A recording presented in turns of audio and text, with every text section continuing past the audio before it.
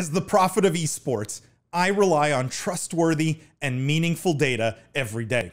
Data from our research partner YouGov offers the most complete view of esports fans and gamers in the world, providing context to who they are, what they think, the brands they buy, and things they do. YouGov's connected insights and research services inform strategy at every level. If you're a team, a brand, agency, or rights holder, you should be talking with YouGov. Their partners measure and maximize ROI and are telling compelling stories with data. Visit yougov.com/gaming-esports to learn more. Jimmy, do you have thoughts before we? Yeah, I mean, it's a lot of really good points, you guys, and it's hard to disagree because I think it's hard to kind of pinpoint. You know, Paul had mentioned, is it the free to play? You know, what exactly is it that's kind of ruining these launches, or what's the true indicator of success? And these were already kind of covered, but the things that always come to my mind when I think of a new release, besides Cyberpunk and that kind of disaster, which is unrelated, I think, to marketing and more a result of the underlying game, is first, you know, when you think of Apex, which to my mind was one of the first ones, and I know we were kind of talked on all these points, but was one of those first ones, right, to really do this affiliate marketing through streamers.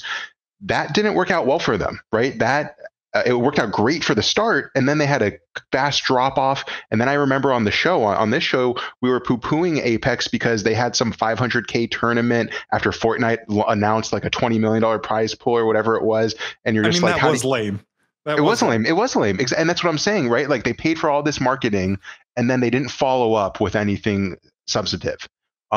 So I, you know, Apex is the first one that comes to mind because it's a great game. Now, 3 years later, it's still getting recognition, but we seriously went through other FPS cycles of other games taking the spotlight before Apex came back into contention. So that was one. And then two was Valorant, which did a similar exclusivity thing, drops in the beta. And then we also saw a big dip after that because it was kind of juiced in a way, right? It was like this false hype. And then once it was open, it was kind of, that was it. So, you know, I think the combination or the learnings from that, a lot of it points to free to play, Paul. Like, it's a really compelling argument that because these things aren't on a shelf, like Jeff mentioned, and Lindsay, I know you spoke to this too, but because these things are free to play, we can just cycle through any game we want at any moment and try them out and spend that time. There's no investment other than time in having, you know, some kind of console or system that can handle it. So that makes the life cycle of these a lot shorter and the attention span that much harder to get. But you see the business challenge here, right? And Jimmy, you allude to it, which is if you had a movie and you released a movie opening weekend, right? And you knew if the movie did, pick a number, 50 million domestically in your opening weekend, you knew it would do, you know, another 100 million internationally, and it would finish, you know, $200 million movie or something like that, right? There was some model there. And you knew, therefore, you could spend X dollars on marketing based on how that opening weekend went. Sure. The problem is, like, with Apex, the perfect example, right? Based on opening weekend, you think, oh my God, we should be spending zillions of dollars on marketing. Yeah. And then you get this massive drop off, right? Like, it's hard to plan as a business around things where you can't have any models or any kind of predictors of success. Let me just read the... Sorry. I was going to say that I think that was part of Lindsay's point too, right? Was with the retention. That was a big part of her argument. And also myself in launching apps and other companies, whenever we used influencer marketing, Nadeshot, big Benji Fishy, big recognizable names, you saw a huge spike in users and engagement for the period of that marketing campaign. And then you saw almost no engagement afterwards.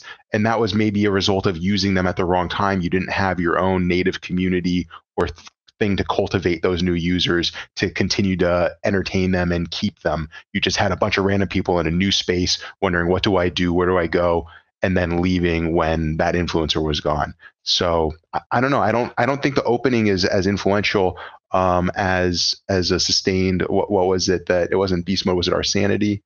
I'm trying to look through the chat on that 3 year, reputable hype on that 3 year kind of time scale. Problem with looking at things 3 years, it's like there's a massive amount of survivorship bias where it's like very few games are popular after even 6 months. So like, if you're only looking once it's been 3 years, like congrats, you already have a hit. Like there's not much at that point to True. really be looking at.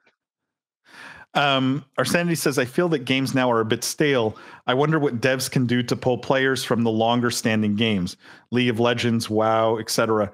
I mean, I'd love the chat's opinion on this, but curious what you guys think. Well, what can devs do to pull players from those longer standing games? Because I suspect Lost Ark is not pulling players from WoW. I don't think so. I mean, that's the $1 billion question, isn't it? If probably I more knew probably more than a billion. I would do it. No, it's $1 billion. B. Yeah, probably more than $1 billion. Oh yeah. If I knew how to do that, I would do that. There's a weird combination of network effects there that I'm sure there's tons of people out there exploring right now as we speak, trying to figure out what that magic formula between good gameplay, good storyline, popular mechanics, getting all your friends on it. Is it free to play? Is it not? Like if we knew that, we would have games out there that people were playing instead of WoW. So I don't know what it's going to take. I think I have somewhat of an answer, and I agree with you, Lindsay, that's like the $1 billion question. And I think the answer was actually shown to us earlier last year, or was it the year before, when WoW came out with WoW Classic. And that is, you need to just rip off or reuse an old nostalgic title, repackage it. Maybe I'm a new development firm and I rip off someone else's IP and game and characters and I just repackage it as something new. Because nostalgia essentially is your memory minus that anxiety and anything negative from that time. It's just good vibes, right? So MCU it. Yeah. Freddie says that helps launch game Amazon style, talking about traditional marketing. Yeah. Beast Mode says, our sanity, you right. So there you go. Our sanity agrees. Beast Mode agrees. Yeah, but the free to play make a bunch of money just from cosmetics. This is true. But it's also why it's difficult to predict long-term success, because they need to stay a customer long-term to actually monetize them. Our sanity says, I love how Jimmy's talking about switching costs with all these free to play games. Great insight. All the players from the longer standing games have too much at stake in those older games. True. I mean, yes, right? Like if you've dumped 2,000 hours into WoW, the switching costs are definitely higher. But I feel like gamers like new also, right? There is some amount of friction, but it's not like, do you guys really believe WoW's going to be around for the next 20 years in its current form?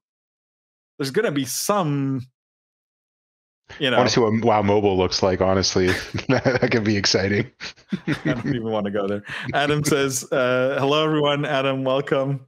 Beastone says, I feel like the older games that come out with new games like Halo, we all remember the good times, so why would we not buy it? Yeah, Halo definitely played on people's nostalgia big time, even for the current release. Definitely. Chris says, Chris, welcome, by the way. We missed you.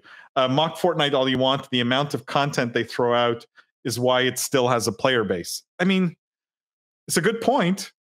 But let me just stretch Chris's point here. Is it really quantity over quality, right? Do we not care? Is one of the metrics that maybe we should be looking at is just total quantity of content? I'm the wrong person to ask. First 30 days?